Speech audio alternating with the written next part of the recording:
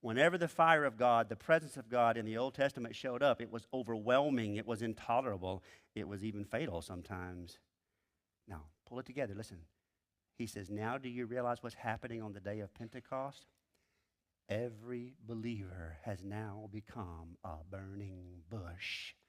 Can you imagine what we would accomplish in the power of the Spirit if we came together working for God's will and doing good? Nothing would be impossible for us.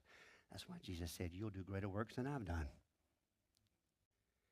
The gospel isn't just about God saving us so we can go to heaven when we die. The birth of the church isn't just about saving as many as we can so as many as possible can go to heaven one day. It is so much bigger than that. Pentecost and the church's birth speak to God's overarching, big picture plans to set all things right one day with the return of Jesus, the resurrection of the saints, and the renewal of heaven and this earth.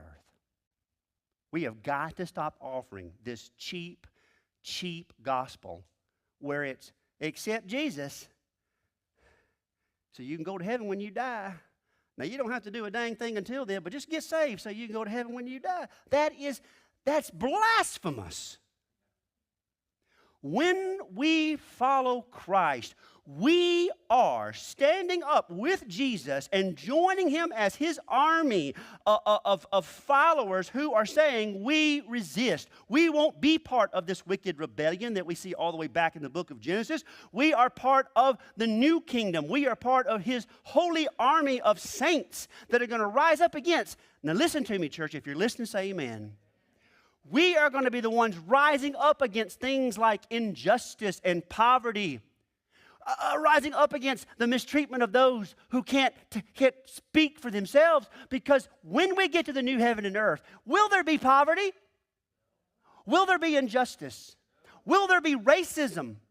Will there be anyone who won't be heard or taken care of? So then we are about that now. And so when I offer an invitation, which I'm going to do in just a minute, for you to be saved, I'm not offering you a ticket to heaven when you die. I am offering you a chance to become part of something that is going to have to do with the end of the world and a remaking of all things. And we're called to act like that now. That's who we are. And brothers and sisters, I love you. And if you know I love you, say amen. The church in America is not living up to that today. We have brought a false idol into our midst, and we've poured out the gospel to something that is not the gospel. And I challenge you to show me I'm wrong.